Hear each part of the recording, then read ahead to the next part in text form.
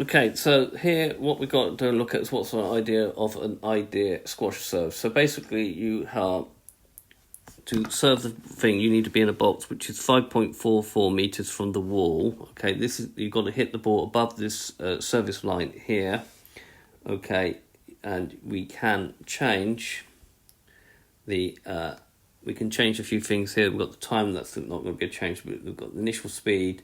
You've got the angle that it hits the wall, hits the ball up because it's a projectile, and then obviously there will be a bounce here.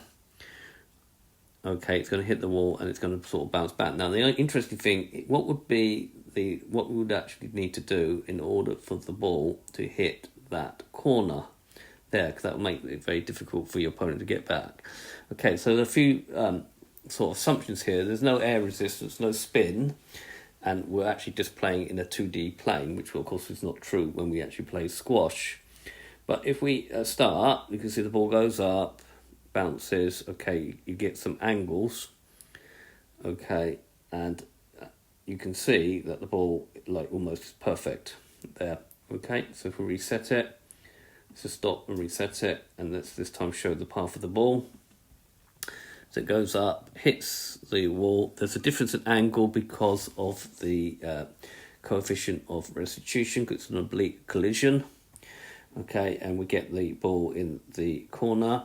If we choose some other angle, let's choose some other angle, okay, that won't be so good. We'll just get a different angle, okay. So it's calculated using a bit of projectile motion, using the coefficient of restitution, okay, and being able to calculate the that projectile motion as well. Okay, so those of you who like projectile motion, you could have a look at the calculations for yourself. Good little practical question for projectile motion. Okay, these distances were looked up using the squash website. So to show you one more time, start, hits, there's the path of the ball, the angle changes. Okay, it's an oblique collision. Okay, so the speed before is and the speed after is different. And obviously, you know, in squash you get different types of squash ball which have different coefficients of restitution.